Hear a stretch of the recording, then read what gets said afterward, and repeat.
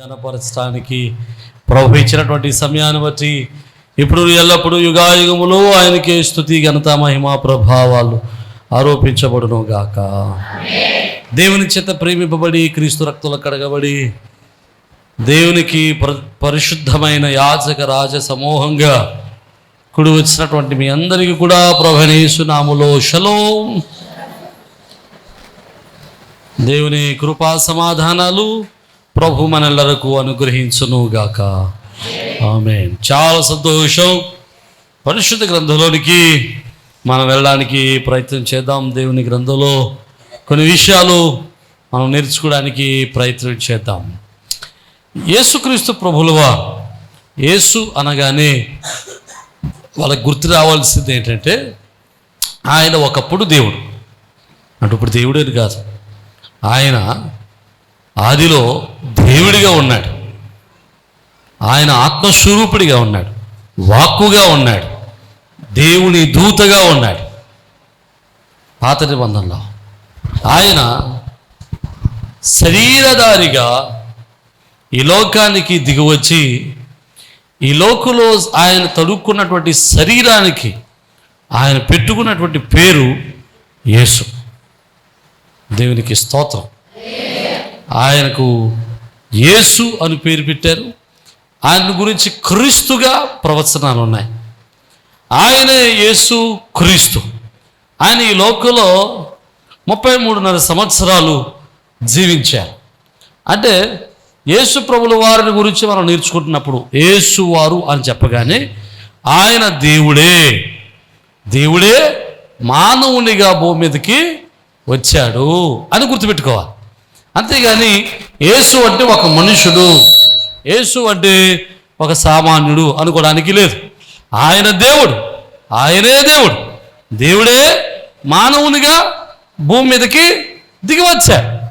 ఆయన సర్వోన్నతుడైనటువంటి వాడు, సర్వశక్తివంతుడైన వాడు, ఆది సంభూతుడు, భూమి ఆకాశాలు సృజించిన వాడు, ఆయనే సమస్త సృష్టికి కారణభూతుడు.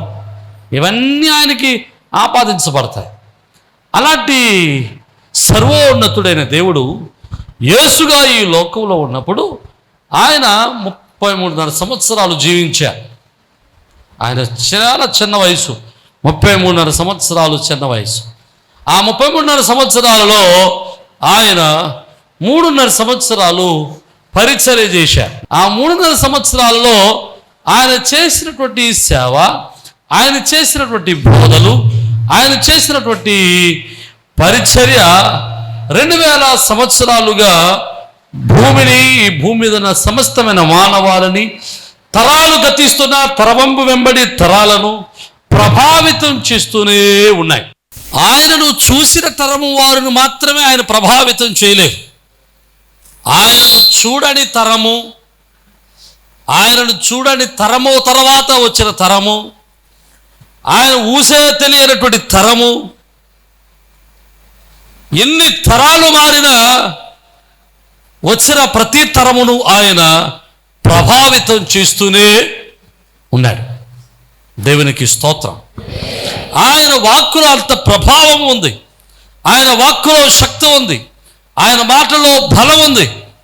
ఆయనలో ఎంత శక్తి ఉందంటే తరతరాలను ప్రభావం చేయగలిగినంత శక్తి ఆయన మాటల్లో ఉంది. చాలామంది కాలగర్భాలలో కలిసిపోయారు. చాలామంది మాటలు మరుగున పడిపోయాయి. చాలామంది యొక్క బోధలు మరువబడ్డాయి. కానీ క్రీస్తు వారి యొక్క బోధలు మరువబడలేదు, మరుగున పడలేదు, మరిచిపోలేదు. ఆయన బోధలు తరాల వెంబడి, యుగాల వెంబడి కొనసాగుతూనే ఉన్నాయి. నమ్మిన వారు దేవునికి స్తోత్రం చెబుతాం. హల్లెలూయా. ఆయన చెప్పినటువంటి బోధలలో ప్రథమంగా ఆయన చెప్పినటువంటి వాక్యం, ఆయన బోధించినటువంటి మొదటి బోధ ఎప్పుడంటే మత్తయి సువార్త 5, 6, 7 అధ్యాయాల్లో యేసు ప్రభుల వారు బోధించినటువంటి మొదటి ప్రసంగం ఉంది. అది మొదటి ప్రసంగం మత్తయి సువార్త 5, 6, 7 అధ్యాయాలు. అయితే ఈ మొదటి ప్రసంగంలో మనమంతా ధ్యానం ఒకేసారి చేయలేం. కానీ ఆయన ధ్యానంలో ఆయన బోధలో ఆయన చెప్పినటువంటి మూడు విషయాలు మీకు జ్ఞాపకం చేయడానికి నేను ప్రయత్నం చేస్తాను. ఆయన బోధలో ఉన్నటువంటి 3 చిన్న విషయాలు, లేకపోతే ఆయన చెప్పినటువంటి ప్యారలల్గా ఒకే రకంగా ఆయన చెప్పినటువంటి 3 విభిన్నమైనటువంటి ఆలోచనలు మనం ఈరోజు ధ్యానం చేయడానికి ప్రయత్నం చేద్దాం. 3 విషయాలు చెబుతాను. 3 విషయాలు 3 పదులు 30 నిమిషాల్లో నేను ముగించడానికి నేను ఇష్టపడుతూ ఉన్నాను. చూడండి, మత్తయి సువార్త 6వ అధ్యాయము 2వ వచనం నుండి 4వ వచనం వరకు మైకున్న వారు చదవండి. నాన్న మైక్ పెట్టుకుని చదవండి. కావున నీవు ధర్మం చేయనప్పుడు మనుషుల వలన ఘనత నొందవలనని వేషధారులు సమాజ మందిరములలోను వీధులలోనూ చేయులాగున నీ ముందర బోధ బోధింపవద్దు, వారు తమ ఫలం పొంది ఉన్నారని నిశ్చయముగా మీతో చెప్పుచున్నాను. నీవైతే ధర్మం చేయనప్పుడు నీ ధర్మము రహస్యముగా నుండి నిమిత్తము నీ కుడి చేయి చేయునది నీ ఎడమ చేతికి తెలియకుండా ఉండవలను. అట్లయితే రహస్యమందు చూసి నీ తండ్రి నీకు ప్రతిఫలం ఇచ్చును. దేవునికి స్తోత్రం కలుగునుగాక. ఎలాగట? రహస్యమందు చూచుచున్నటువంటి తండ్రి నీకు ప్రతిఫలం ఇస్తాడు. ఎప్పుడు నువ్వు చేసేటువంటి ధర్మం రహస్యంగా చేసినప్పుడు. అంటే ధర్మం ఎలా చేయాలి? రహస్యంగా చేయాలి. రహస్యంగా చేసేటువంటి ధర్మము మనుషులు చూడకపోవచ్చు, కానీ రహస్యమందు చూసేటువంటి దేవుడు, అనగా రహస్యమందు చూసేటువంటి ప్రతి విషయాన్ని ఆయన లెక్కలో తీసుకున్నటువంటి దేవుడు. అంటే రహస్యమందు మనం చేసే ప్రతి పనిని ఆయన చూస్తున్నాడు. దేవునికి స్తోత్రం. ఆయన రహస్యమందు చూసేటువంటి దేవుడు. మొట్టమొదటి విషయం మనం గుర్తుపెట్టుకుందాం. ఆయన రహస్యమందు చూసేటువంటి రహస్యమందు చూసేవాడు దేవుడు. అంటే ఆయన మన ఒంటరిగా ఉన్నప్పుడు మనల్ని చూస్తాడు, ఇద్దరమే ఉన్నప్పుడు మనం చూస్తాడు, 4 గోడల మధ్యలో ఉన్నప్పుడు మనం చూస్తాడు, కటిక చీకటిలో గాఢాంధకారములో ఉన్న ఆయన మనలను చూస్తాడు. దేవునికి స్తోత్రం. ఈ భూమి మీద రవి చూడని ప్రాంతాలలో కూడా, రవి అంటే ఎవరో మీకు తెలిసేటి స్తోత్రం, సూర్యుడు చూడని ప్రాంతాలలో కూడా, సూర్యుడు వెళ్ళని స్థలాలకు కూడా, సూర్యుడు గ్రహించని విషయాలను కూడా, సూర్యుడుకు కనబడని విషయాలు కూడా క్రీస్తు చూడగలడు, ఆయన గ్రహించగలడు. దేవునికి స్తోత్రం. హల్లెలూయా. నువ్వు రహస్యంగా ఉన్నా, ఒంటరిగా ఉన్నా, గాఢాంధకారములో ఉన్నా, 4 గోడల మధ్యలో ఉన్నా, ఏ స్థలములో ఉన్నా అన్నిటినీ ఆయన చూచుచున్నాడు. రహస్యమందు చూచేటువంటి దేవుడు ఇక్కడ అంటున్నాడు, నీవు చేసే ధర్మాన్ని కూడా ఆయన చూస్తున్నాడు. ఎలాగూ చేయాలి ధర్మాన్ని? రహస్యంగా చేయాలి. అసలు రహస్యంగా కాదు, అసలు ముందు ధర్మం చేసే అలవాటు నీకుందా? ఎలా చేయాలో తర్వాత చూద్దాం. ముందు అసలు ధర్మం చేసే అలవాటు ఉందా నీకు? చాలామందికి మంచి సామెతలు ఉంటాయి. ఈ అమ్మమ్మ పిల్లికి కూడా అంతేనా? పిల్లికి కూడా కొంతమంది కాకు గురించి ఏదో సామెత ఉంటుంది. ఎంగిలి చేతిని కాకు కూడా ఈత పదట. మరి ఏం చేద్దే కదండి, మొత్తం ఊడిసేద్ది ఇలాగా. అంటే కొంతమంది ఉంటారు, ఎవరికి దానం చేయరు, ఎవరికి ధర్మం చేయరు, ఎవరికి సహకారం అందించరు, ఎవరికి తోడ్పడ్డారు, ఎవరికి ఎప్పటికీ ఆపదలు ఉన్నవాడైనా, కష్టాలు ఉన్నవాడైనా ఎవరికి సహకరించే మనస్సే ఉండదు చాలామందికి. కానీ వాక్యం ఏం చెబుతుందో తెలుసా? ఖచ్చితంగా నువ్వు ధర్మాన్ని చేయాలి, ఖచ్చితంగా నీ తోటి వారికి సహకరించాలి. ఇది దేవుడిచ్చినటువంటి ఒక క్రమం. ఈ క్రమంలో ప్రభు ఇశ్రాయేలుకి ఒక ఆజ్ఞ ఇచ్చాడు. ఏం తెలుసా? నువ్వు ఎప్పుడైనా పంట పొలాన్ని కోసేటప్పుడు, పంటను కోసేటప్పుడు అట్లాంటి పంటలో నువ్వు కావాలని కొంత పరిగె విడిచిపెట్టేయాలి. ఎవరి కోసం ఇది? పరదేశుల కోసం, బీదల కోసం. మనం ఏం చేస్తాం? కోసుకుంటూ వెళ్ళిపోతాం, పరుగు కూడా ఏరుకుంటూ వెళ్ళిపోతాం. ఆ పరిగెను వదిలేయాలట. అది వాక్యం చెబుతున్న మాట. అంతేకాదు దేవుడు ఇశ్రాయేలుకు ఆజ్ఞ ఇచ్చేటప్పుడు ఖచ్చితంగా ప్రతి 3 సంవత్సరాలకు ఒకసారి నీ ఆదాయంలో నుంచి 10వ వంతు బీదలకు ఇవ్వాలని చెప్పాడు. దేవుడు ఒక క్రమాన్ని పెట్టాడు. మీకు మంచి మాట చెప్తే అసలు మనం ఎన్ని దశమ భాగాలు తీయాలి? అసలు ఒకటే మాకు దిక్కులేదురా బాబు అంటే మరి ఎన్నో ఉంటావు. అసలు ఎన్ని దశమ భాగాలు తీయాలి క్రైస్తవుడు? 3 దశమ భాగాలు. ఒకటో దశమ భాగం ఎవరికి ఇవ్వాలి? సేవకునికి ఇవ్వాలి. నీకు వాక్యం చెప్పే సేవకుడు, నీకు రొట్టె ద్రాక్షారం ఇచ్చే సేవకునికి నీ యొక్క దశమ భాగాన్ని, మొదటి దశమ భాగాన్ని ఇవ్వాలి. అది దేవుడికి ఇచ్చిన దశమ భాగం, అది దేవుని దశమ భాగం. రెండవది మందిరానికి ఇవ్వాలి, మందిర నిర్మాణానికి ఇవ్వాలి, 2/10. అప్పుడు 3వ దశమ భాగం 3వ వంతు 100లో 3 రూపాయలు బీదలకు ఇవ్వాలి. అంటే 100లో 3 రూపాయలు ఖచ్చితంగా నువ్వేం చేయాలి? చారిటీకి వాడాలి. దేవునికి స్తోత్రం. తర్వాత ఇంకో 20 ఏం చేయాలి? సేవింగ్స్ చేసుకోవాలి. మనకి ఇవన్నీ ఏముండవు, ఇంకా ఇవన్నీ లెక్కలే ఉండవు. 100 వచ్చిందా 200 మాసమంటారు, 100 రూపాయలు తర్వాత ఇస్తారని చెప్పు అంట. 100 రూపాయలు నీకు చేతికి రాగానే డబ్బులు ఇలా విడదీయాలి. 10 దేవుని సొమ్ము, 10 మందిరానికి, 3 బేదలకి, 20 దాచుకోవటం. అప్పటికి ఎంత మిగులుతుంది? 60 రూపాయలు మిగులుతాయి. 60 మిగులుతుందా? 60 రూపాయలు మిగులుతుంది. 57 రూపాయలు మిగులుతాయి. ఆ 57 రూపాయలని పట్టుకెళ్ళి ఖర్చు పెట్టుకోవాలి. ఇది ప్రభు చెప్పిన లెక్క, నేను చెప్పిన లెక్క. ఇది ప్రభు చెప్పినటువంటి క్రమం. ఈ క్రమం చేయకపోతే అసలు ప్రారంభించండి. ఫస్ట్ అడిగేయండి, మొదట అడిగేయండి. ఏంటి ఎలాగా? మొదటి దశమ భాగం తీయటం మొదట అడిగేయండి. తర్వాత కొన్నాళ్ళ తర్వాత 2వ దశమ భాగం తీయటం మొదలెట్టండి. తర్వాత 3వ దశమ మొదలెట్టండి. తర్వాత సేవింగ్స్ చేయటం మొదలెట్టండి. దేవుడు ఖచ్చితంగా మీ జీవితంలో మేలు చేయకపోతే నన్ను అడగండి.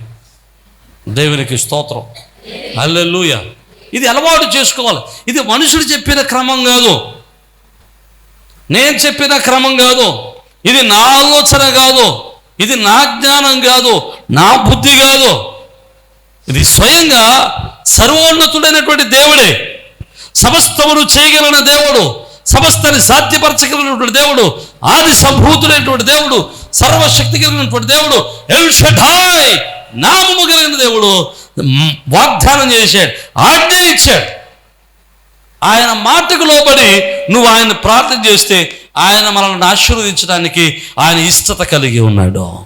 నీ స్నేహితులు లేకపోతే ఉదాహరణ చెబుతారు. నీ దగ్గర పనిచేసే వాళ్ళు ఉన్నారు, నువ్వు 10 మందికి ఉద్యోగం ఇచ్చావు. ఆ 10 మంది ఉద్యోగస్తుల్లో ఎవరికి ఇంక్రిమెంట్ వస్తుంది? ప్రమోషన్ ఎవరికి ఇస్తారు? ఒకటి అనుభవం ఉండాలి, రెండోది ఏముండాలి? ఖచ్చితంగా వాడికి ప్రమోషన్ రావాలంటే వాడు చేసేటువంటి ఉద్యోగంలో నమ్మకస్తుడై ఉండాలి. అంటే వాడికి యజమానుడు అప్పగించిన పనిని నమ్మకంగా చేసేవాడైతే వాడికి ప్రమోషన్ వస్తుంది. అంతేగాని నువ్వేం చెప్పినా నేను చేయను, నాకు ప్రమోషన్ అంటే ఇస్తాడా? అసలు రాదు. ఆడికి ప్రమోషన్ అన్న మాట కలలో కూడా ఊహించుకోకూడదు. అలాగే మనం దేవుడి యొక్క ఆశీర్వాదం కావాలని కోరుకున్నప్పుడు, దేవుని యొక్క కృపను మనం కావాలని కోరుకున్నప్పుడు ఖచ్చితంగా ఆయన మాటకు లోబడాలి. ఆయన మాటకు లోబడి నువ్వు ఆయన కొరకు ఎదురు చూస్తే, ఆయన మాటకు లోబడి ఆయన మాట విని అయ్యా నన్ను దీవించు అని అడిగితే ఆయన అప్పుడు ఖచ్చితంగా ఆయన వాగ్దానాలన్నీ మన జీవితంలో నెరవేరుస్తాడు. దేవునికి స్తోత్రం చెబుదాం. హల్లెలూయా. ప్రియమైన దేవుని బిడ్డలా జాగ్రత్తగా ఆలోచన చేద్దాం. దేవుడిచ్చిన ఆజ్ఞ ఏంటంటే నువ్వు ఖచ్చితంగా బీదలను సహకరించాలి, బీదలకు నీ సహకారాన్ని ఇవ్వాలి, ఆపదలున్న వారికి నీ సహకారాన్ని ఇవ్వాలి, ఆపదలున్న వారికి నీ తోడు ఇవ్వాల్సిందే. ఇది ప్రభు చెప్పిన మాట. నమ్మిన వారు దేవునికి స్తోత్రం. యేసుక్రీస్తు ప్రభుల వారు కూడా ఆయన దగ్గర ఉన్నటువంటి ధనాన్ని, ఆయన దగ్గరకు వచ్చినటువంటి ధనాన్ని బీదల కొరకు ఉపయోగించినట్లుగా మనం చూస్తాం. అంతేకాదు మన సంఘములో కూడా మనము కూడా మన దగ్గరకు వచ్చినటువంటి ధనాన్ని అనేక మంది బీదలకు సహకరించడానికి ఉపయోగిస్తూ ఉన్నాం. నమ్మిన వారు దేవునికి స్తోత్రం చెప్పండి. హల్లెలూయా. నువ్వు బీదలకు ఇస్తే ఏం జరుగుతుందో 3 విషయాలు చెప్తాను చూడండి. మొదటి విషయం చూద్దాం చూడండి. సామెతల గ్రంథము 19వ అధ్యాయం, సామెతల గ్రంథం 19వ అధ్యాయం 17వ వచనాన్ని మనం చూద్దాం. బీదలను కనికరించువాడు యెహోవాకు అప్పించువాడు ప్రత్యుపకారము చేయను. దేవునికి స్తోత్రం. ఏమంటాడు? బీదలను కనికరించువాడట. ఎవరికి అప్పిస్తున్నాడు? యెహోవాకు అప్పిస్తున్నాడు. ఈ రోజుల్లో నువ్వు ఎవరికైనా అప్పివ్వడానికి భయపడతావు కదా. మనం ఎవరికైనా అప్పివ్వాలంటే 1కి 2 సార్లు ఆలోచిస్తాం. ఎందుకని?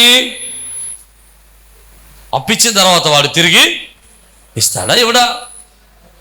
వాడికి అప్పిస్తే వాడు తిరిగి ఇవ్వగలడా లేదా? వాడికి తిరిగి ఇవ్వగలిగిన సామర్థ్యత ఉందా లేదా?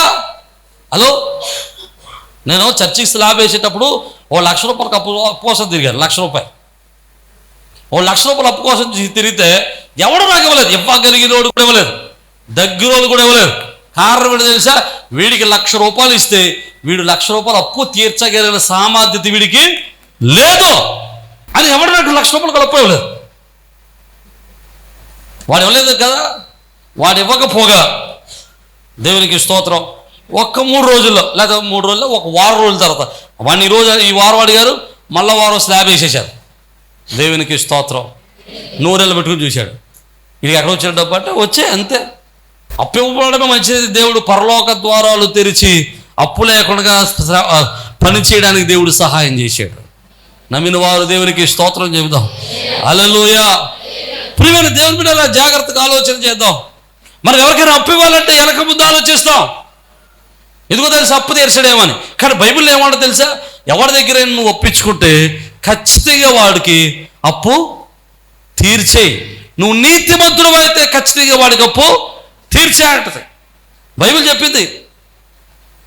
బైబిల్ క్రైస్తవుడికి ఇస్తున్న మంచి ఉదాహరణ లేదా మంచి ఆజ్ఞ లేదా మంచి సందేశం ఏంటంటే, అప్పు తీసుకున్నావా ఖచ్చితంగా వాడికి తిరిగి ఇచ్చేయి. We have to repay. నువ్వు తిరిగి ఇచ్చేయాలి. ఈరోజు మీరు ఎవరైనా అప్పించుకుని మర్చిపోయారని చూడండి. గ్లాసుడు పంచదార, ఒక గ్లాసుడు కారం, ఇలాంటివి అప్పు తెచ్చుకునేవారు. ఇప్పుడు తెచ్చుకోవట్లేదు. నేను చూపించి దేవునికి స్తోత్రం. ఎన్నాళ్ళు మా చిన్నప్పుడైతే గ్లాస్ పెట్టుకుని, అమ్మ కొంచెం కారం పెట్టు, నువ్వు గ్లాసు నూనె అడిగేవారు. ఈ రోజులు అన్ని లచ్చలే. ₹1,00,000 ఏ మళ్ళీ ఇచ్చేస్తారు అంట. ఆడలు మా ఆయనకి చెప్పకే అని లక్షలు ఇచ్చేస్తారు. దేవునికి స్తోత్రం. దేవుడు అలా దీవించాడు. అర్థమైన వాళ్ళు దేవునికి స్తోత్రం. ఒకవేళ నువ్వు అప్పు తీసుకున్నావేమో, నువ్వు తీసుకున్నటువంటి రుణాన్ని ఖచ్చితంగా నువ్వు తీర్చాల్సిందే. ఇది బైబిల్ చెబుతున్నటువంటి మాట. నమ్మిన వారు దేవునికి స్తోత్రం చెప్పాడు. హల్లెలూయా. నువ్వు అప్పించినప్పుడు అప్పు తీసుకున్నవాడు మనుషుడు నీకు తీర్చవచ్చు, తీర్చకపోవచ్చు. వాడు తీర్చే సమర్థత ఉండొచ్చు, ఉండకపోవచ్చు. కానీ నువ్వు అప్పించేది ఎవరికో తెలుసా? ఒక బీదవాడిని కనికరిస్తే, ఒక బీదవానికి నువ్వు సహకరిస్తే, ఒక బీదవానికి నువ్వు సహకారం అందిస్తే, ఒక బీదవానికి నువ్వు ధర్మం చేస్తే, వాడు నీకు తిరిగి చేయకపోవచ్చు, వాడు తిరిగి నీకు మేలు చేయకపోవచ్చు, వాడు తిరిగి నీకు థ్యాంక్స్ కూడా చెప్పకపోవచ్చు, వాడు తిరిగి నీకు ఉపయోగపడకపోవచ్చు. కానీ గుర్తుపెట్టుకో, ఆపదలో ఉన్న వానికి ఒకనికి సహాయం చేస్తే, ఇబ్బందుల్లో ఉన్నవాడికి నువ్వు సహకారాన్ని అందిస్తే, కష్టాల్లో ఉన్న వారికి నీ సహకారాన్ని అందించగలిగితే, బీదవారికి నీ సహకారాన్ని ఇవ్వగలిగితే, ఖచ్చితంగా దేవుడు దానిని తనకు నువ్వు ఇచ్చిన అప్పుగా రాసుకుంటాడు. నమ్మిన వారు దేవునికి స్తోత్రం చెప్పాడు. హల్లెలూయా. మీలో ఎంతమందికి దేవుడికి ఎంత అప్పు ఇచ్చారో నాకు తెలియదు. హలో, మీరు ఎప్పుడైనా దేవుడికి అప్పిచ్చారా? పోనీ ఈ అప్పు ఇచ్చారా? పోనీ ఇలాగైనా ఇచ్చారు అప్పు? ఎలాగా? బీదలకు సహకరించడం ద్వారా అప్పిచ్చారు దేవుడికి. ప్రభువా నువ్వు బీదలకు సహకరిస్తే నాకు అప్పిచ్చినట్లే. నమ్మిన వారు దేవునికి స్తోత్రం. మనుష్యుడు నీకు తిరిగి ఇవ్వకపోవచ్చు, మనుష్యుడు నీకు వడ్డీ ఇవ్వకపోవచ్చు, కానీ దేవుడు దానికి రెట్టింపు ఆశీర్వాదాన్ని నీకు ఇచ్చుటకు ఆయన సమర్థుడు. నమ్మిన వారు దేవునికి స్తోత్రం చెప్పండి. హల్లెలూయా. ఒకసారి ఓ పాస్టర్ గారికి నేను 10,000 ఇప్పించాను. 10,000 ఇప్పిస్తే అప్పు ఇవ్వకపోగా 10,000 ఇవ్వకపోగా వడ్డీ కూడా కట్టుకోడు కాదు, ఆ వడ్డీ నేను కట్టేవాడు. ఆఖరుడి ఆయనకు లంసం డబ్బు వచ్చింది, అన్నప్పులు తీర్చేశాడు. అన్నప్పులు తీర్చేసిన తర్వాత నాకు ఫోన్ చేశాడు, అయ్యగారు దేవుని దయ వల్ల ఎంత డబ్బు వచ్చిందండి, అన్నప్పులు తీర్చేసానండి అన్నాడు. నేనేం అనలేదు, అలా ఉంటున్నాను చూతను, మీది ఒకటే ఉండిపోయిందని అన్నాడు. అప్పుడు నేను అన్నాను, మరి అది కూడా ఇచ్చేయచ్చు కదా అయ్యగారు అన్నాను. అంతేనండి, ఫోన్ అన్నట్టేడేగా ఆయన ఏ వరకు అంటే ఫోన్ అంటే రుచిపడుతున్నాను అంతానే అనుకున్నాడు పాపం. అది కూడా ఇచ్చేయచ్చు కదండి అయ్యగారు అన్నాడు. ఫోన్ పెట్టేసి పరిగెత్తుకుంటూ వచ్చేసాడు డబ్బులు పెట్టుకోవడం, ఇగోండి డబ్బులు అన్నాడు. ఏంటన్నాను, అది ఎంతటికి వచ్చామంటే 10,000 అన్నాడు. అదేంటంటే 10,000 తీసుకుని 3 సంవత్సరాలు అయితే మరి వడ్డీ ఏదో అన్నాడు. కానీ అప్పుడు అంటాడు వడ్డీ అడుగుతాడంటాడు, ఎవడో రెడ్డి గారు అంట డబ్బులు ఇచ్చినాడు, వడ్డీ అడుగుతాడంటే వడ్డీ అడిగి మా రోడ్డు అంటే వెళ్తాడంటాడు అంటాడా. దేవునికి స్తోత్రం కలిగింది, హల్లెలూయా. ఆ వడ్డీ అంతా నేను కట్టే. అప్పుడు ఏమైంది తెలుసా, దానివల్ల నష్టమేంటి చెప్తాను చూడండి. ఈ వడ్డీకి ఇచ్చిన రెడ్డి గారు నాకు డబ్బులు ఇవ్వడం మానేయాడు. ఇంకా నువ్వు అడిగిడికి ఇప్పించి నువ్వు కడుతున్నావో నేను నీకు డబ్బులు ఎవరు అన్నాడు. దేవునికి స్తోత్రం, హల్లెలూయా. మనుషులు అపనమ్మకస్తులై ఉండొచ్చు, మనుషులు నమ్మకంగా ఉండకపోవచ్చు, కానీ నువ్వు ఇచ్చినటువంటి ధనాన్ని ఆయన ఖచ్చితంగా రెట్టింపు చేసి నీకు తిరిగి ఇచ్చుటకు ఆయన సమర్థుడు. నమ్మిన వారు దేవునికి స్తోత్రం చెప్పండి, హల్లెలూయా. నువ్వు ఎప్పుడైనా బీదవానికి సహకరిస్తే, ఆపదలున్న వానికి సహకరిస్తే, అవసరతున్న వానికి నువ్వు సహకరిస్తే అది ఏ కొలతలోకి వెళ్తుంది? దేవునికి అప్పించిన కొలతలోనికి వెళ్తుంది. రెండో విషయాన్ని మీకు జ్ఞాపకం చేస్తుంది చూడండి. సామెతల గ్రంథం 14వ అధ్యాయము 31వ వచనాన్ని మనం చూద్దాం. సామెతల గ్రంథం 14వ అధ్యాయం 31వ వచనం. దరిద్రుని బాధించువాడు వాని సృష్టికర్తని నిందించువాడు, బీదలను కనికరించువాడు ఆయనను గణపరచువాడు. దేవునికి స్తోత్రం. బీదలను కనికరిస్తే ఎవరిని గణపరిచినట్లట? దేవుణ్ణి గణపరిచినట్లు. అంటే నువ్వు ఎవరికైనా సహకారాన్ని అందిస్తే, ఎవరికైనా అవసరతలు ఉన్న వారికి సహకారాన్ని ఇస్తే ఖచ్చితంగా వారు ఎవరికి ఇచ్చినట్లు? దేవుణ్ణి గణపరిచినట్లు, దేవుని మహిమపరిచినట్లు. నా మాటలు అర్థమైతే దేవునికి స్తోత్రం చెప్దాం, హల్లెలూయా. దేవుణ్ణి గణపరచాలనుకుంటే నువ్వు బీదవాన్ని సహకరించు. ఇక్కడ వాక్యం అంటాడు, నన్ను గణపరచు వారిని నేను గణపరుస్తాను. ఎవడైతే దేవుణ్ణి గణపరిచేవాడై ఉన్నాడో వాడిని ఎవరు దేవుడు గణపరుస్తాడు. నువ్వు బీదవానికి సహకారాన్ని అందిస్తే నిన్ను ఆయన గణపరుచువాడై ఉన్నాడు.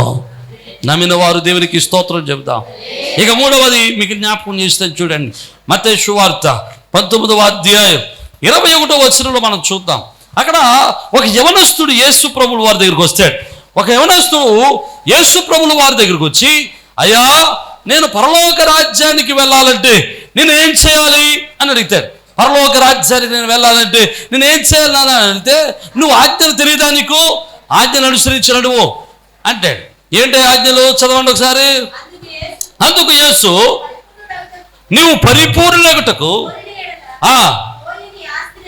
దేవునికి స్తోత్రం.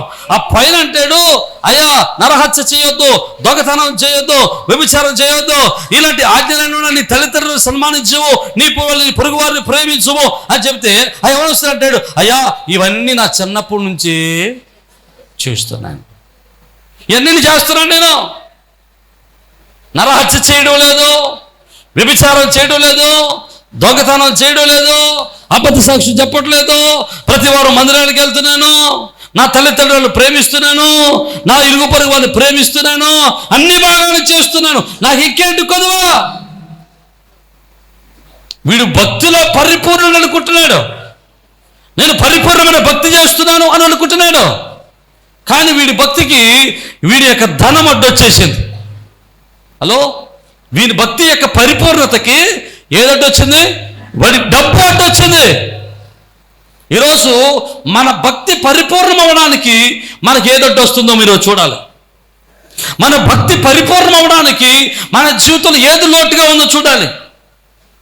ఒక్కొక్కసారి అన్నీ చేస్తాం, కానీ ఒక్కొక్కటి వారి చేతి ఉంటాం, పరిచయం చేస్తాం, దశమ భాగాలు ఇస్తాం, అన్నీ చేస్తాం, కానీ తోడుకోవాలంటే పడదు.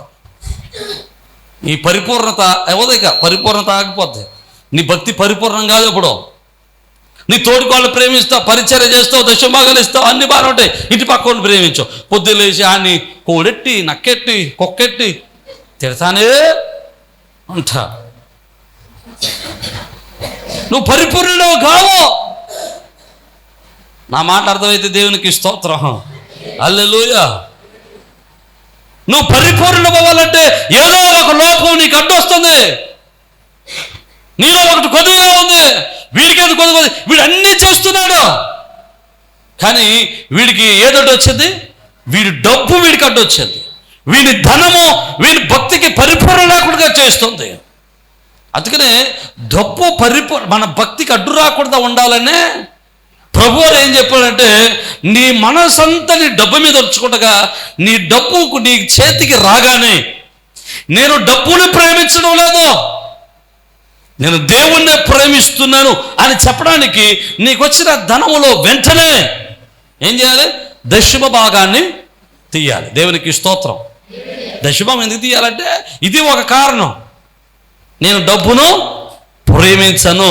ఎవరిని ప్రేమిస్తాను? నేను ఈ డబ్బు కంటే దేవుణ్ణి ఎక్కువగా ప్రేమిస్తాను. నమ్మిన వారు దేవునికి స్తోత్రం. దశభాగం తీయని వారి ఉద్దేశం ఏంటి? అబ్బాయి తీయలేమండి, దేవునికి ఇవ్వలేమండి, నా డబ్బు నా దగ్గరే ఉండాలండి. నువ్వు దశమ భాగం తీయగలిగితే దాని అర్థం ఏంటంటే నువ్వు దేవుణ్ణి ప్రేమించగలుగుతున్నట్టు. వీడి యొక్క ఆస్తి వీడి దగ్గర ఉండటం వలన వీడి ఆస్తి మనసంతా అన్ని చేస్తున్నాడు, కానీ మనసంతా ఎక్కడ ఉండిపోయింది? డబ్బు మీద ఉండిపోయింది. డబ్బు మీద మనసు ఉంది, కానీ అవన్నీ ఏదో కాలక్షేపం చేస్తున్నట్టుగా. అందుకని బైబిల్ అంటాడు, డబ్బు ఎక్కడ ఉంటుందో, ధనం ఎక్కడ ఉంటుందో, మనసు అక్కడే, నీ హృదయం అక్కడే ఉంటుంది అంటాడు. వీడి హృదయం డబ్బు దగ్గర ఆగిపోయింది. అందుకు ప్రభు అంటాడు, నీ ధనమంతా అమ్మే, నీ ఆస్తి అంతా అమ్మే, ఎవరికి ఇచ్చేయి? పేదరికి ఇచ్చేయి.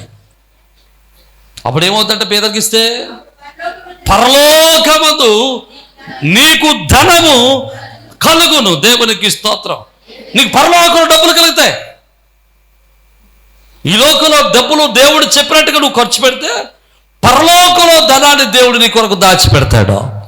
నమ్మిన వారు దేవునికి స్తోత్రం చెప్పాడు. పరలోకంలో మనకు ఎంతమందికి ధనం ఉంది? పరలోకంలో మనం ఎంతమంది ఆశీర్వాదం దాచిపెట్టుకున్నాం? ఎంతమంది దేవుని యొక్క ధనాన్ని, దేవుని దగ్గర మన ధనాన్ని దాచుకున్నాం? దేవుడు ఐశ్వర్యవంతుడే, ఆయన శ్రీమంతుడే. శ్రీమంతుడు అంటే మహేష్ బాబు కాదు. శ్రీమంతుడు అంటే ఎవరో? శ్రీమంతుడు అంటే అర్థం ఏంటి అసలే? శ్రీమంతుడు అంటే అర్థం ఏం తెలియదు. శ్రీమంతుడు అంటే మహేష్ బాబు అంతే మనకు తెలిసింది. శ్రీమంతుడు అంటే మనకు అర్థం తెలియదు. శ్రీమంతుడు అంటే ఎవరో? బాగా ఐశ్వర్యవంతుడు అని అర్థం. మహేష్ బాబు కంటే ఐశ్వర్యవంతుడు నా యేసయ్య. దేవునికి స్తోత్రం. అంబానీ కంటే ఐశ్వర్యవంతుడు నా యేసయ్య. అదానీ కంటే ఐశ్వర్యవంతుడు నా యేసయ్య. బిల్ గేట్స్ కంటే ఐశ్వర్యవంతుడు నా యేసయ్య. ఈ లోకంలో ధనమంతా నా యేసయ్యదే.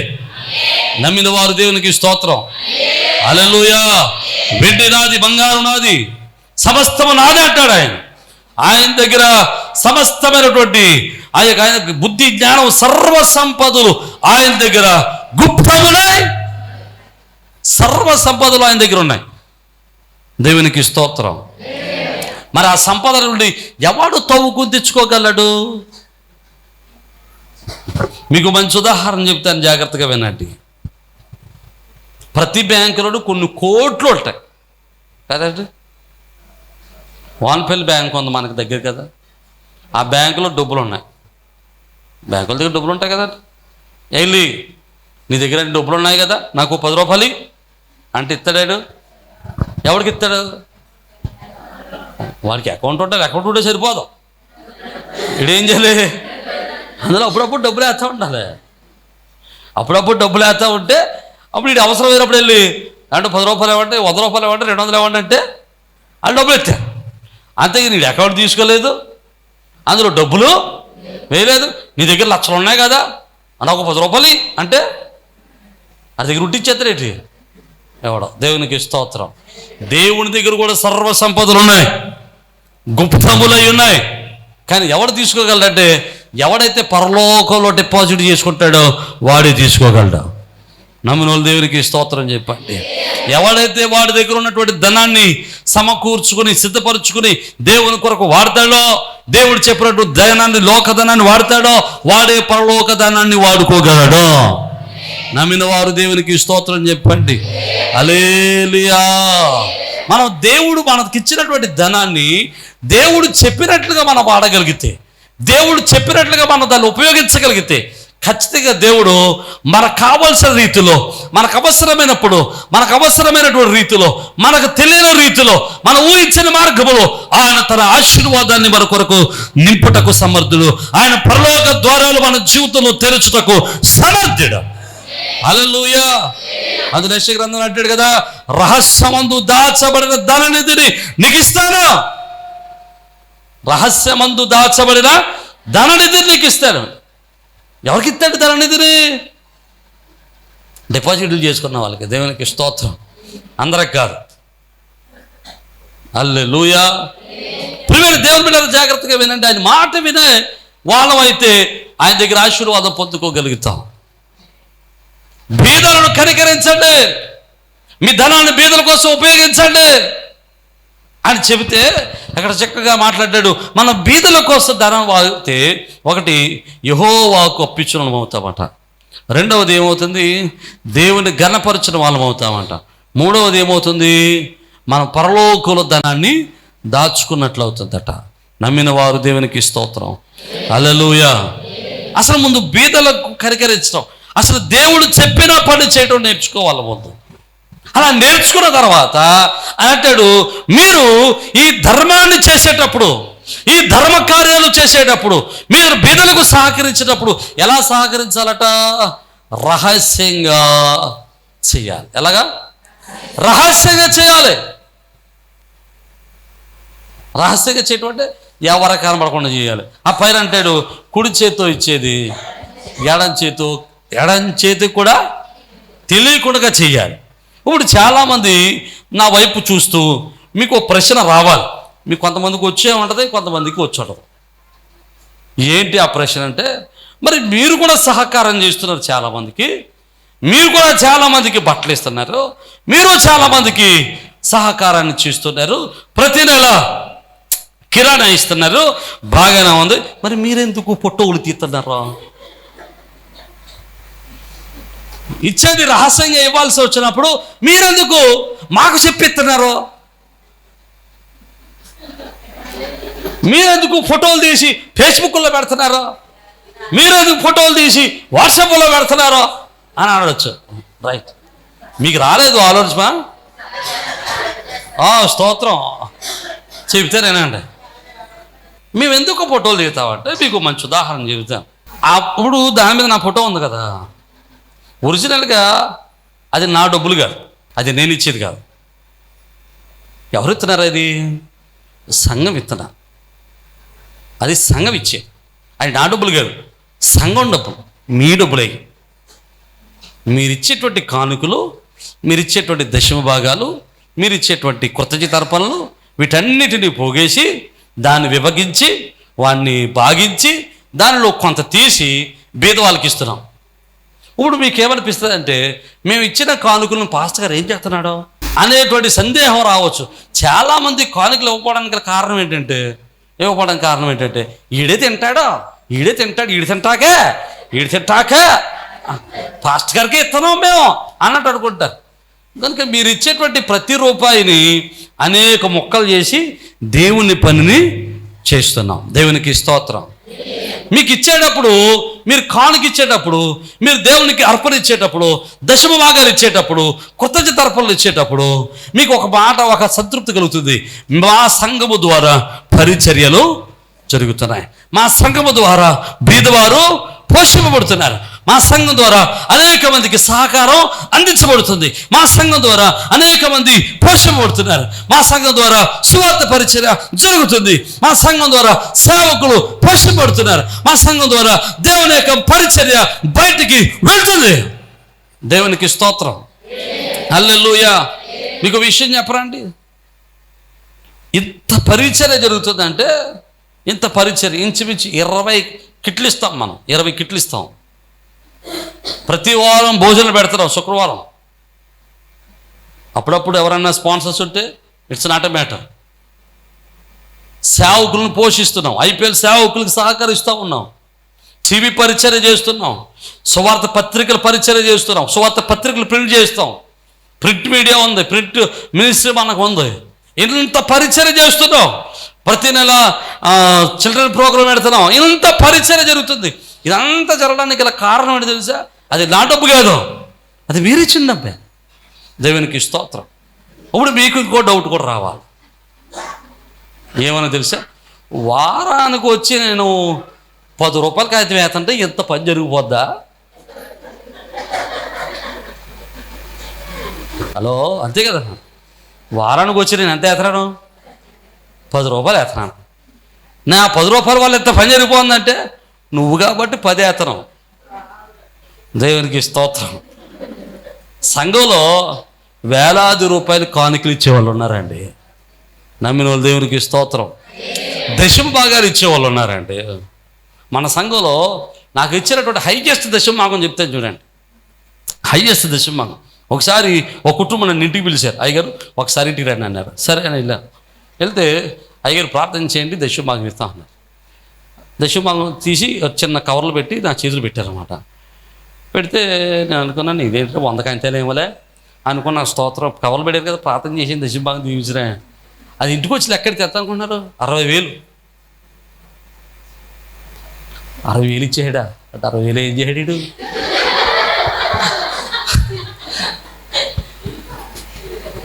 లెక్కలే కదా. దేవునికి స్తోత్రం. ఉన్నారండి సంఘంలో దశభాగాలు ఇచ్చేవాళ్ళు, విస్తారంగా కానుకలు ఇచ్చేవాళ్ళు ఉన్నారు కాబట్టి ఇంత పరిచర్య చేయగలుగుతున్నాం. ప్రతి డైలీ పరిచర్య చేయగలుగుతాం, డైలీ టీవీ కార్యక్రమం ఇవ్వగలుగుతున్నాం. అంటే దాని అర్థం ఏంటో తెలుసా? ఇవ్వగలిగిన వాళ్ళు ఉన్నారు, ఇచ్చేవాళ్ళు ఉన్నారు. ఇచ్చేవాళ్ళని దేవుడు బహుగా ఆశీర్వదిస్తూనే ఉన్నాడు. నమ్మిన వారు దేవునికి స్తోత్రం. హల్లెలూయా.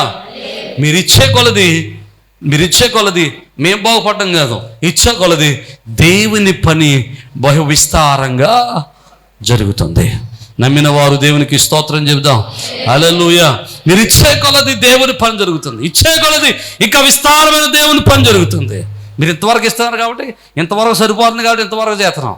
ఇంకా ఇవ్వాల్సిన వాళ్ళు అందరూ ఇచ్చారనుకోండి, మరి ఇంకా విస్తారమైన పని చేయడానికి దేవుడు అవకాశాన్ని ఇస్తాడు. నమ్మిన వారు దేవునికి స్తోత్రం చెప్పండి.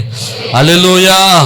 వారందరికీ తెలియడం కోసం, వారందరికీ తెలియటం కోసం ఇస్తున్నాను. నీకు ఇంకో మాట కూడా చెప్తాను, జాగ్రత్తగా వినండి. వాళ్ళందరూ రహస్యంగా ఉన్నారు. ఒరిజినల్గా నేను బయటకు కనబడుతున్నా కానీ నిజంగా డబ్బులు ఇచ్చిన వాళ్ళందరూ ఎలా ఉన్నారు? రహస్యంగా ఉన్నారు. వాళ్ళు ఇచ్చినట్టు ఎవరికి తెలియదు. ఇప్పుడు 60,000 ఇచ్చినప్పుడు ఎవరు కావాలి? ఇప్పుడు చాలామంది ఏం ఆలోచిస్తున్నారు తెలుసా? ఎవరు ఇచ్చుంటారంట? ఇప్పుడు ఎంత ఇచ్చాడు? నేను ఇచ్చానన్న బతుకులు ఎప్పుడన్నా దశభాగం ఇచ్చారని అనుకోం మనం. ఎవడిచ్చాడబ్బా, ఎవడిచ్చాడు? రేవతి ఇచ్చి ఉంటుంది కదా. అయితే ఎవరైనా ఇచ్చారేమో. కొయితే వాళ్ళు ఎవరన్నారు అంత ఇచ్చేవాళ్ళు? దేవునికి స్తోత్రం. మీకు విషయం చెప్పరండి, మన సంఘంలో కొయిటలు 23 మంది ఉన్నారు. 23 మంది ఉన్నారు కొయిటే వాళ్ళు. దశభాగం ఇచ్చేవాళ్ళు ఎంతమంది తెలుసండి? 2. మీరు ఏమనుకుంటారంటే కొయిటోళ్ళు అందరూ బోల్డ్ అంత ఇచ్చేస్తారు. పాటర్ గారికి బోల్డు, కొయిటోళ్ళు అంటే కొయిటేకి బోల్డ్. దేవునికి స్తోత్రం కలుగును గాక. 2 ఇస్తున్నారు దశభాగం కొయిటోళ్ళు, మిగతా అందరూ ఇవ్వట్లేదు. నా మాటలు అర్థమవుతున్న వారు దేవునికి స్తోత్రం చెప్పండి. హల్లెలూయా. మీకు విషయం చెప్పిన వారందరూ రహస్యంగానే ఉన్నారు. వరిస్తున్నటువంటి ప్రతి రూపాయిని, వరిస్తున్న ప్రతి సహకారాన్ని రహస్యమందు చూచుచున్నటువంటి దేవుడు వారికి ప్రతిఫలం ఇవ్వబోతున్నాడు. నమ్మిన వారు దేవునికి స్తోత్రం చెప్పండి. హల్లెలూయా. ఫోటో నాదే కానీ నాది కాదు డబ్బా. వారి వెనకాల ఉన్న రహస్యంగా చేతులు, చాలా మంది చేతులు ఉన్నాయి. ఆ చేతులన్నిటిని దేవుడు ఆశీర్వదించబోతున్నాడు. అందులో ఉన్న ప్రతి హస్తాన్ని దేవుడు దీవించబోతున్నాడు. నమ్మిన వారు దేవునికి స్తోత్రం చెబుదాం. హల్లెలూయా, హల్లెలూయా. ప్రియమైన దేవుని బిడ్డలారా, జాగ్రత్తగా ఆలోచన చేయండి. మనం దేవునికి ఇచ్చినప్పుడు, దేవుని పని చేసినప్పుడు, దేవునికి ఇవ్వాల్సింది దేవునికి ఇచ్చినప్పుడు, దేవుని యొద్ద నుంచి రావాల్సిన ధనం దేవుడు మనకు ఖచ్చితంగా ఇస్తాడు. ఆయన నమ్మకస్తుడు, ఆయన పక్షపాతి కాదు. అబ్రహామును ఆశీర్వదించినట్లుగా నిన్ను నువ్వు ఆశీర్వదించగలడు. దావీదును ఆశీర్వదించినట్లుగా నిన్ను నువ్వు ఆశీర్వదించగలడు. ఆయనకు అసాధ్యమైనది లేదు, లేనే లేదు. నమ్మిన వారు దేవునికి స్తోత్రం చెబుదాం. హల్లెలూయా. రహస్యమందు చూస్తున్నటువంటి దేవుడు నీ ధర్మ కార్యాలను చూస్తున్నాడు. రహస్యమందు చూస్తున్నటువంటి దేవుడు నీవిస్తున్న ప్రతి అర్పణను చూస్తున్నాడు. హల్లెలూయా. నువ్వు చేస్తున్న ప్రతి ధర్మ కార్యానికి, నువ్వు ఇస్తున్న ప్రతి అర్పణకు ఎవరెంత ఇస్తున్నారు, ఎవరు ఏం చేస్తున్నారో తెలియకపోవచ్చు సంఘంలో. ఒకవేళ అదే 60,000 నువ్వు ఇవ్వాల్సి వస్తే ఏం చేస్తావు? నువ్వు మైకట్టుకుని మరి అందరికీ వందనాలు, మరి దేవుడు నన్ను ఆశీర్వదించాడు, పాస్టర్ గారు దశమ ఇవ్వాలనుకున్న 60,000 మరి ఫ్యాన్లు వేస్తారో కదా, మరి టైల్స్ వేస్తారో, మీ ఇష్టం చేసేయండి అయ్యారు అని ఇస్తాం, అందరికి చెప్పిస్తాం. ఒక విషయం చెప్పరా, వాళ్ళు తెలియకుండా ఇవ్వడానికి గల కారణం ఏంటంటే పరలోకమందున్న దేవుడు వారిని చూస్తున్నాడనే నమ్మకం. హల్లెలూయా, హల్లెలూయా. ప్రియమైన దేవుని బిడ్డలు జాగ్రత్తగా ఆలోచన చేద్దాం. ఒకవేళ నేను ప్రతిఫలం ఇవ్వగలిగితే ఎంత ప్రతిఫలం ఇవ్వగలను? నేను ఇచ్చే ప్రతిఫలం ఎలా ఉంటుందో తెలుసా? నేను ఇచ్చే ప్రతిఫలం నువ్వు దశంభాగం నాకు ఇస్తున్నావు అనుకున్నావు అనుకో, నువ్వు అట్టుకొచ్చి నాకు 100 రూపాయలు దశంభాగం ఇచ్చావు, లేకపోతే 1000 రూపాయలు దశంభాగం ఇచ్చావు, 10,000 దశంభాగం ఇచ్చావు. నేను చేయగలిగిన ఒకే ఒక్క పని ఏంటి తెలుసా? నీ కోసం అందరి చేత చప్పట్లో కొట్టించగలను. మహా చేస్తే ఇంకా అంతగానో చేస్తే రహస్యంగా ప్రార్థన చేయగలను, అంత చేంజ్ చేయలేను.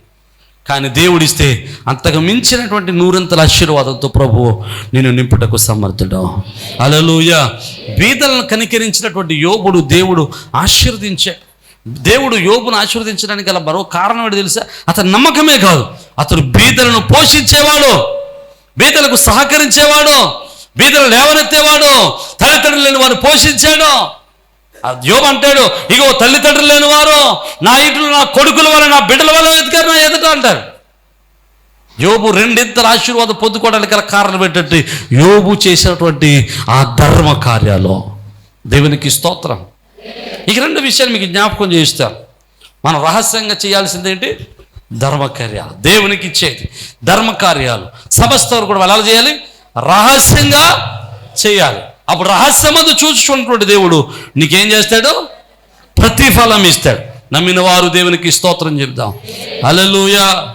సంఘమే కాదు, టీవీలో వాక్యం వింటున్న వారు అనేక మంది సహకరిస్తున్నారు.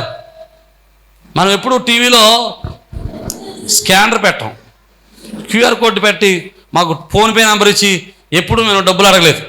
ఎప్పుడు టీవీ కార్యక్రమంలో ఎవరిని డబ్బులు అడగలేదు. అడగకపోయినా మన కార్యక్రమాలు చూస్తున్న వారందరూ చాలామంది అయా మీ సహకారం చేస్తాం, మీ పరిచర్యకి మీ సహకారం చేస్తామని అనేక మంది కానుకలు ఇస్తున్నారు. వారిని కూడా ప్రభు దీవించును గాక. హల్లెలూయా. ఇక మనం ముందుకు వెళ్దాం. 2వ విషయాన్ని మీకు జ్ఞాపకం చేస్తాను.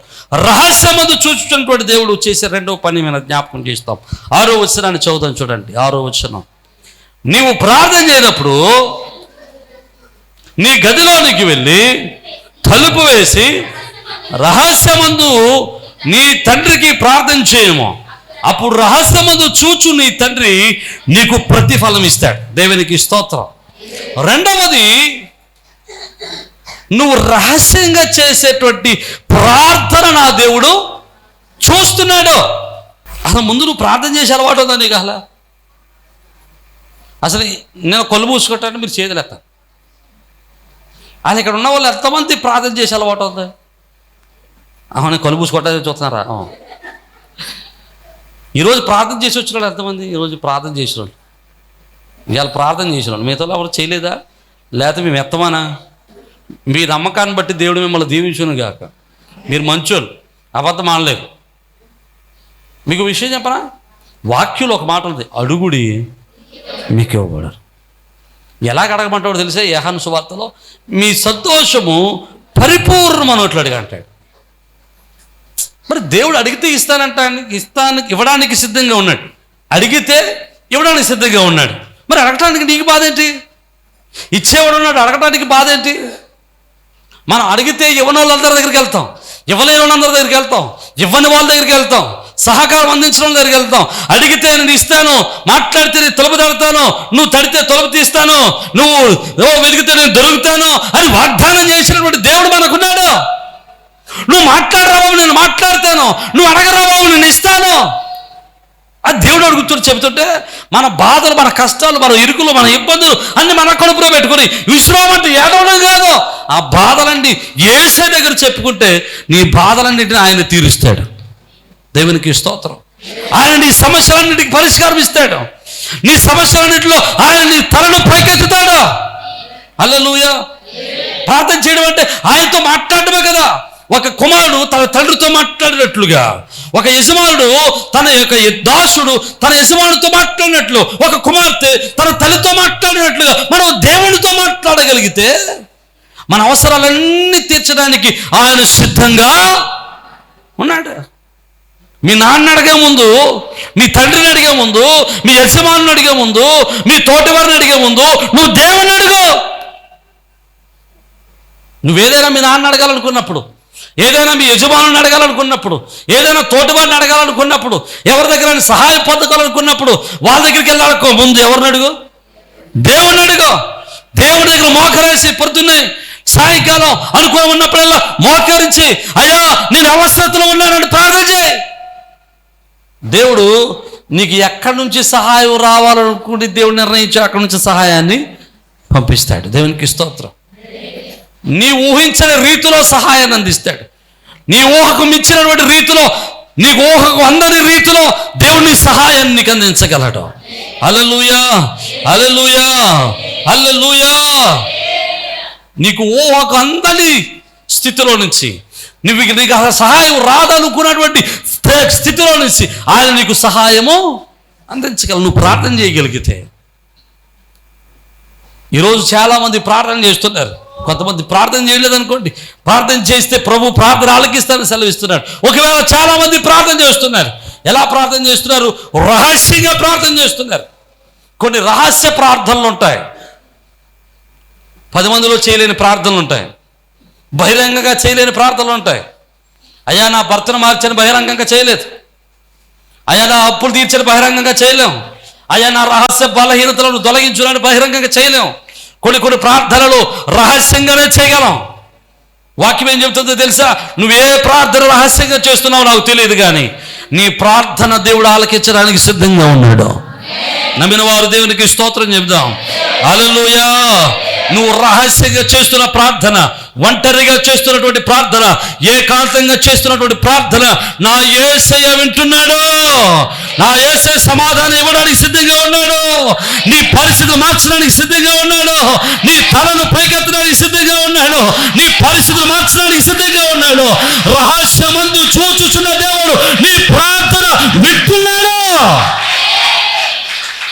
భయపడద్దు, దిగులు పడద్దు.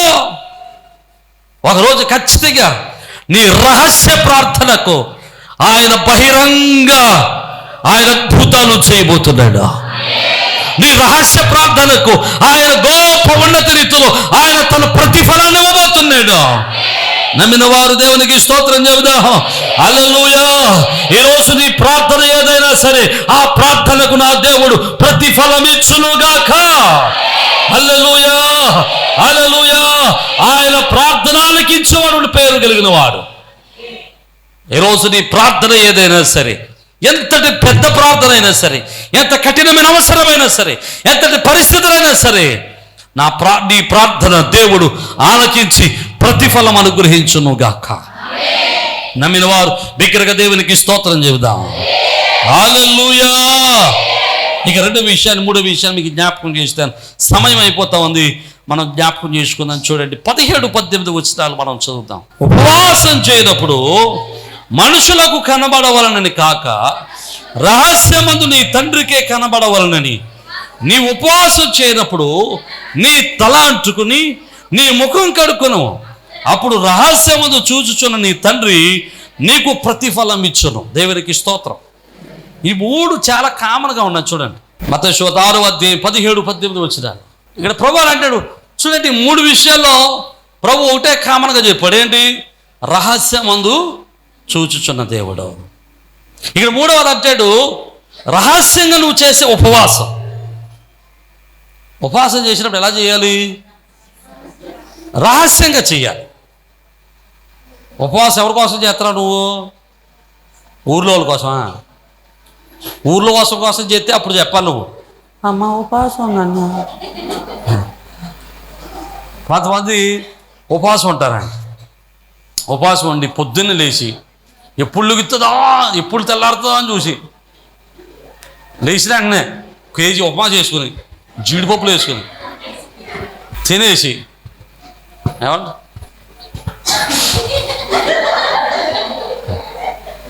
అంటే ఎవరైనా వస్తుంటారే, ఎవరైనా వస్తున్నారు ఇక్కడ, ఏ అమ్మ గుడ్లు అయితే వేసి కూర్చున్నావు అంటే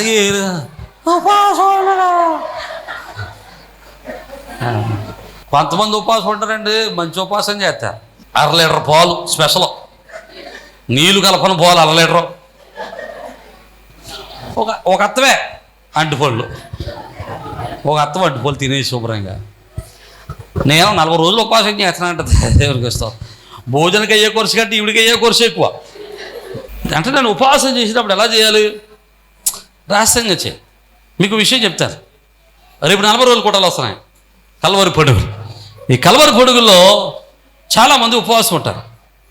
ఉపవాసం ఉండమంటే ఎలాగంటే కొంతమంది 40 రోజులు సంపూర్ణమైన ఉపవాసం ఉంటారు. నాకు తెలిసి ఎవరు ఉంటున్నారు, కానీ వాళ్ళు ఎప్పుడు అమ్మ 40 రోజులు ఉపవాసం ఉండడం చేయతానంటే ఎప్పుడు ఎత్తలేదు. వాళ్ళ ఉద్దేశం ఏంటో తెలుసా? అందరికీ చెప్పుకోవడం నాకు ఇష్టం లేదని వాళ్ళ ఉద్దేశం. కానీ ఒంటరిగా ఉన్నప్పుడు నాకు చెప్తారు, అయ్యా నేను 40 రోజులు ఉపవాసం ఉంటున్నాను, నేను 40 రోజులు ఒంటిపూట ఉపవాసం ఉంటున్నాను, అయ్యా నేను 20 రోజులు ఉపవాసం ఉంటున్నాను, నేను 1 రోజు ఉపవాసం ఉంటున్నాను, 3 రోజులు ఉపవాసం ఉంటున్నాను అనేవాళ్ళు ఉంటారు. కొంతమంది ఉన్నారు ఉపవాసం లేదు, ఉపవాసం లేదు, రోజు చికెన్ అని తినేసి పాత్రకు వచ్చి శుభ్రంగా పడుకునే వాళ్ళు ఉన్నారు చాలామంది. దేవునికి స్తోత్రం. కొంతమంది వండుకుని వచ్చి ఉపవాసం అండి. ఎప్పటి వరకు ఉపవాసం? ప్రార్థన అయ్యే వరకు ఉపవాసం. ప్రార్థన అయ్యే వరకు ఉపవాసం ఉండి ప్రార్థన అయిపోయింది తిరిగిన తర్వాత మొక్కలు తినేసేవాళ్ళు. ప్రియమైన దేవుని బిడ్డలారా, ఉపవాసం ఉండండి. ఉపవాసము ఉన్నప్పుడు నువ్వు ఎవరికి చూపించాల్సిన అవసరం, అది ఎవరికి తెలియాల్సిన అవసరం లేదు. ఎందుకో తెలుసా? ఉపవాసానికి ప్రతిఫలం ఇవ్వాల్సిన వాడు ఎవడు? దేవుడు. కానీ వాక్యం ఏం చెబుతుందో తెలుసా? రహస్యమందు చూచేటువంటి దేవుడు నీ ఉపవాసాన్ని కూడా చూస్తున్నాడు. ఈ రోజుల్లో 40 రోజులే కాదు, ఈ వారం రోజుల్లో కూడా ప్రతిరోజు కూడా ప్రతి వారం కూడా కొంతమంది శుక్రవారం ఉపవాసం ఉంటారు, కొంతమంది శనివారం ఉపవాసం ఉంటారు. మంచిది. నీ ఉపవాసం ఎవరికి తెలియకపోయినా నా దేవుడు నీ ఉపవాసాన్ని చూస్తున్నాడు. నువ్వు చేసేటువంటి ప్రార్థనకు మరింత బలాన్ని చేకూర్చడానికి ఉపవాసం ఉపయోగపడుతుంది. మోషే 40 రోజులు ఉపవాసం ఉండి ప్రార్థన చేశాడు. 40 రోజులు మోషే ఉపవాసం ఉండి ప్రార్థన చేయడం ద్వారా మోషే ఎంత శక్తివంతుడయ్యాడు తెలుసా? 20 లక్షల మందిని 40 సంవత్సరాలు నడిపించగలిగాడు, నాయకుడిగా ఉండగలిగాడు. హల్లెలూయా. ఒకరిద్దరు కాదు, ఎంతమంది? 20 లక్షల మందిని నాయకుడిగా ఉండి నడిపించగలిగాడు. 300 మంది ఉన్న సంఘానికి సేవకుడిగా ఉండడానికి ఎన్ని బాధపడుతున్నామో మేము, ఎన్ని తలపోట్లో. ఎందుకో తెలుసా? 300 మంది, 300 రకాలు. ఈ టైప్ ఆడు కదా, ఆ టైప్ వీళ్ళు కదా, ఈ టైప్ ఇంకోటి. ఒక్కొక్కడు ఒక్కో టైపు, ఒక్కొక్కడు ఒక్కో ఆలోచన, ఒక్కొక్కడు ఒక్కో జ్ఞానం. 300 మంది 300 రకాలుగా ఆలోచిస్తారు. ఎవరు ఏ విధంగా ఆలోచించినా మేము అందరికీ సరిపడినట్లే ఆలోచించాలి. దేవునికి స్తోత్రం. ఎంత తలకాయ పోటండి. నేను నాకులాగా ఉండడానికి లేదు. హలో, అర్థమైందా? పాస్టర్ గారు ఎప్పుడు వాడికి నచ్చినట్టు ఉండకూడదు, ఎవరికి నచ్చినట్టు ఉండాలి? సంఘానికి నచ్చినట్టు ఉండాలి. దేవునికి స్తోత్రం. సంఘానికి నచ్చినట్టు ఉంటే సరిపోతుందా? 300 మందికి సరిపోవాలి. 300 రకాల మనస్తత్వాలకు సరిపడినట్లుగా ఉండాలి. సేవకుడు అలా ఉండాలి. ఇక్కడ 20 లక్షల మంది నడిపిస్తున్నటువంటి మోషే అంతటి నాయకత్వాన్ని కలిగి ఉండడానికి కారణం ఏంటో తెలుసా? బలం ఏంటో తెలుసా? ఉపవాస ప్రార్థన. దేవునికి స్తోత్రం. ఈరోజు నీ నాయకత్వ లక్షణాలు కావాలన్నా, నాయకత్వపు ఆశీర్వాదం నువ్వు పొందుకోవాలన్నా ఉపవాసం ఉండి ప్రార్థన చేయగలిగితే నిన్ను ఆయన తన కృపతో నింపి నిన్ను లేవనెత్తుటకు సమర్థుడు. నినవే ప్రజలు ఉపవాసం ఉండి ప్రార్థన చేశారు. ఎలాంటి ఉపవాసము? ఆఖరికి చనుపాలు తాగేటువంటి బిడ్డ కూడా పాలు మానేశారు. రాసు వరకు వాళ్ళందరూ కూడా రోడ్డెక్కి బూడిదలో కూర్చొని గోరుపట్ట కట్టుకొని బూడిద మీద వేసుకుని 3 దినాలు ఉపవాసం ఉండి ప్రార్థన చేశారు. 3 దినాలు ఉపవాసం ఉండి ప్రార్థన చేయగానే పరలోకపు తండ్రి వారి మీదకి రప్పించాలనుకున్న ఉగ్రత నుండి వారిని తప్పించాడు. దేవునికి స్తోత్రం. దేవుని యొక్క కోపాన్ని చల్లార్చగలిగింది ఉపవాస ప్రార్థన. దేవుని శక్తిని పొందుకోగలిగింది ఉపవాస ప్రార్థన. ఈరోజు మీరు ఎంతమంది ఉపవాసం ఉండి ప్రార్థన చేస్తున్నారో నాకు తెలియదు, కానీ నా దేవుడు వాక్యంలో సెలవిచ్చిన మాట ఏంటో తెలుసా? నీవు చేస్తున్నటువంటి ఉపవాస ప్రార్థనకు ఆయన ప్రతిఫలం ఇవ్వబోతున్నాడు. నువ్వు చేసేటువంటి ఉపవాసము ఆయన అంగీకరించబోతున్నాడు. నీ ఉపవాసంలో ఉండి నువ్వు దేని కొరకైతే ఎదురు చూస్తున్నావో ఆ ఎదురు చూపులు ఆయన ఫలింప చేయబోతున్నాడు. నీ పరిస్థితిని ఆయన మార్చబోతున్నాడు. నీ పట్ల అద్భుతాలు చేయబోతున్నాడు. నీ స్థితిని ఆయన మార్చబోతున్నాడు. నీ కన్నీటిని ఆయన తొడవబోతున్నాడు. హల్లెలూయా, హల్లెలూయా. రహస్యమందు చూచుచున్నటువంటి దేవుడు నీ ధర్మాన్ని, నీ కానుకలను ఆయన చూస్తున్నాడు. హల్లెలూయా. సేవకుడు చూడాల్సిన అవసరం లేదు. రహస్యమందు ఫలిత ఫలం ఇచ్చే దేవుడు చూస్తున్నాడు.